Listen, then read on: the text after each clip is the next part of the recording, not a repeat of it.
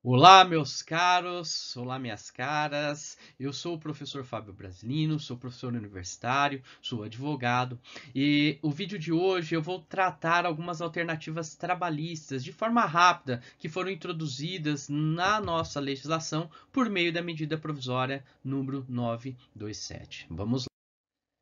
Pois bem, essas alternativas trabalhistas, elas foram inseridas no nosso ordenamento por meio da medida provisória 927 de 2020. Essa medida provisória foi agora do dia 22 de março de 2020 e nós já tivemos aí uma alteração por meio da medida provisória 928, que ela tira a possibilidade de suspensão do contrato de trabalho. Qual que é o objetivo dessa medida provisória? É preservar os empregos, está lá no seu artigo 1º e, claro, preservar a empresa, preservar o empresário. E que ela faz isso declarando um estado de calamidade pública, ok? No seu artigo 2º, e ela possibilita acordos individuais.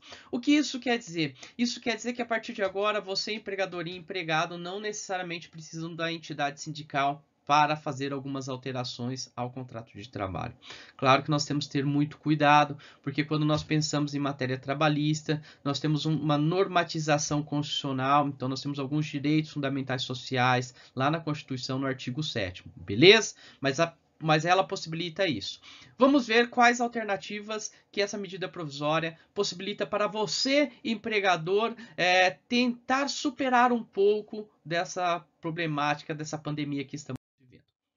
Pois bem, o que o empresário, na condição de empregador, pode fazer? Primeiro ponto que ele pode fazer seria instalar o teletrabalho. Ou seja, você dispensa o seu funcionário de presença física na sua empresa e, por óbvio, você tem que dar condições para que ele possa proceder ao exercício daquelas suas atividades na casa dele, ok? Eventualmente, se ele não tiver condições, você, na condição de empresário, vai ter que possibilitar. Então, se o cara não tem computador, você tem que possibilitar. Se ele tiver algum problema, por exemplo, de não ter acesso à internet, enfim, você pode viabilizar isso. Ou, se eventualmente, vamos supor que ele utiliza o acesso por meio de pacote de dados do celular, então ele roteia ali pelo celular e ele tem que aumentar isso. Com isso, aumentar o custo do plano dele. Eventualmente, vocês podem fazer um acordo para que você, empregador, pague. Mas existe essa possibilidade.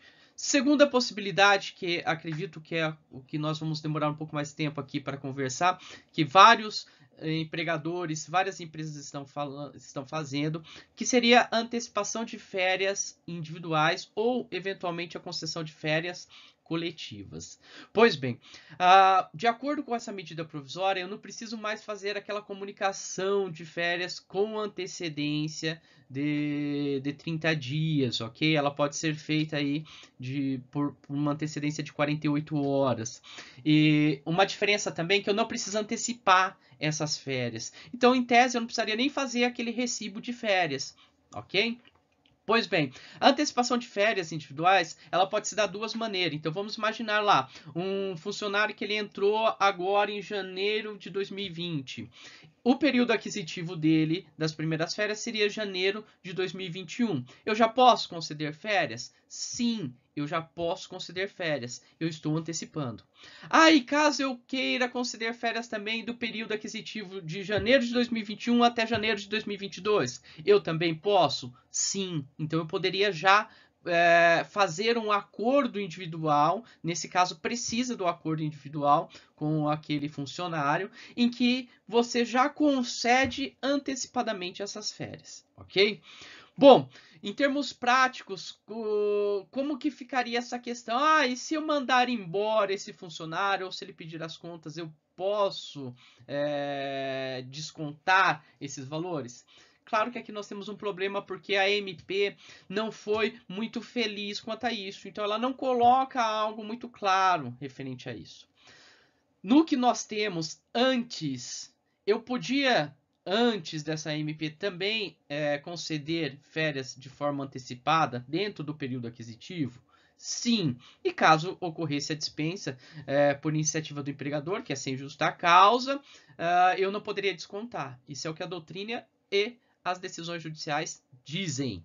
Entretanto, eu entendo que, diante da situação da MP 927, seria prudente ao empregador que ele fizesse um acordo individual com o empregado, para que ele possa descontar, ok? Então você vai fazer um acordo individual, comunicando que ele vai ter essas férias, comunicando que ele vai ter essa antecipação, vamos assim dizer, e ele concordando expressamente nesse acordo individual que caso de dispensa seja sem motivação pelo empregador ou a pedido dele, ou enfim, se ocorra a rescisão do contrato, para que eu possa proceder ao desconto dessas férias que foram antecipadas, ok? Claro que nós podemos ter problema na trabalhista, de nulidade, enfim. Isso sempre a gente vai poder ter, ok?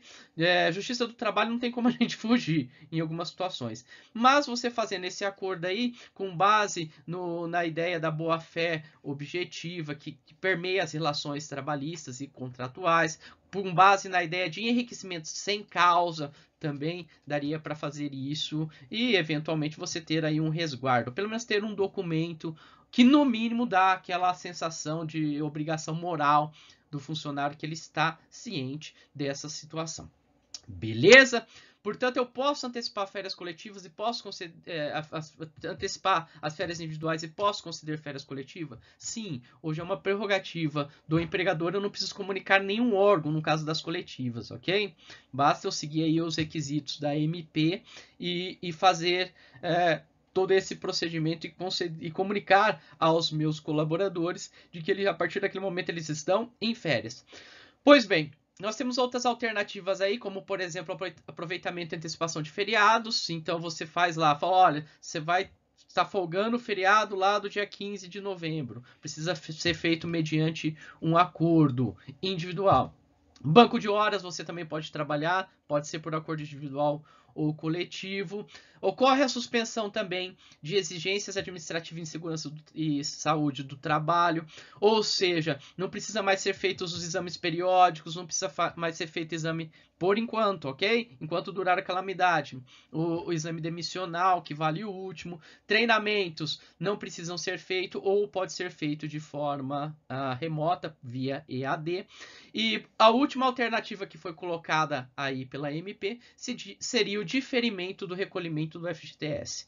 Ou seja, as competências de março, abril e maio, elas vão ser jogadas e podem ser divididas em 6 vezes a partir de julho agora de 2020. Mas é importante que o contador informe todas essas questões, ok? Vocês não pagarão nada a mais por isso, então não tem juros, não tem multa, não tem nada, não tem nenhum encargo, ok? É uma espécie de moratória. Vamos voltar um pouco à questão das férias individuais ou férias coletivas. Fica muita dúvida, porque um procedimento comum das empresas seria fazer aquele recibo de férias. E agora eu preciso fazer esse recibo de férias?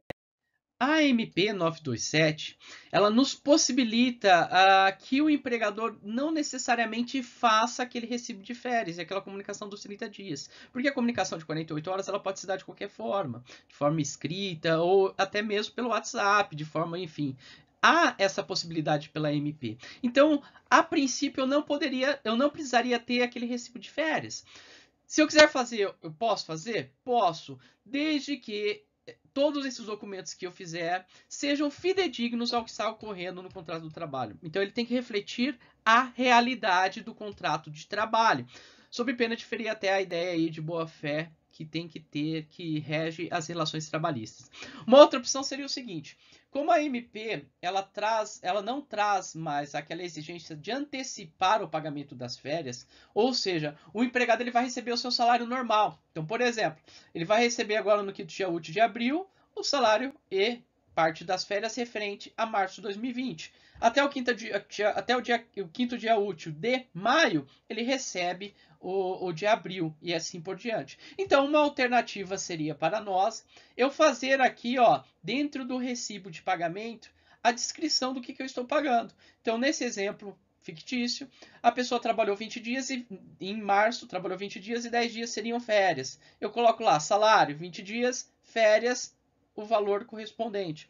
Por que eu faço isso? Se eu tiver diante desse recibo de pagamento e eventual acordo individual, ou se for antecipação, coloca ali também, eventual acordo individual, eu posso utilizar isso em eventual demanda trabalhista. Nós sabemos que essa MP poderá ser muito questionada na Justiça do Trabalho. Entretanto, nós, na condição de empregadores, o que nós temos que fazer? Nos resguardar documentalmente para que, se eventualmente isso ocorra, eu tenha elementos para discutir. Porque a Justiça do Trabalho tem aceito a compensação em diversas situações com base na ideia de enriquecimento sem causa. Ou seja, por mais que, enfim, ela entenda como ilegal ou irregular aquela prática, eu desconto porque eu já paguei para o funcionário aquele valor. Aí a importância de, no recibo de pagamento, se eu quiser fazer aquele recibo de férias, eu tenho que discriminar e ser fidedigno.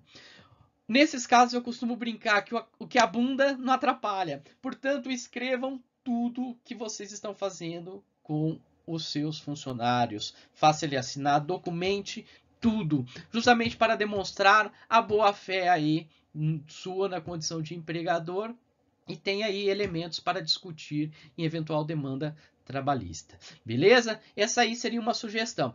Aí no final do ano, quando você for fazer, por exemplo, um recibo de pagamento da primeira parcela do 13º, você poderia colocar lá, primeira parcela do 13º e depois embaixo você coloca 1/3 de férias. Ou, enfim, quando você for fazer o recibo do pagamento do 13º, você coloca ali a descrição. Então eu não preciso fazer um documento para cada coisa, estão entendendo? Eu não precisaria necessariamente ter um recibo específico para férias. Pode ter? Pode ter.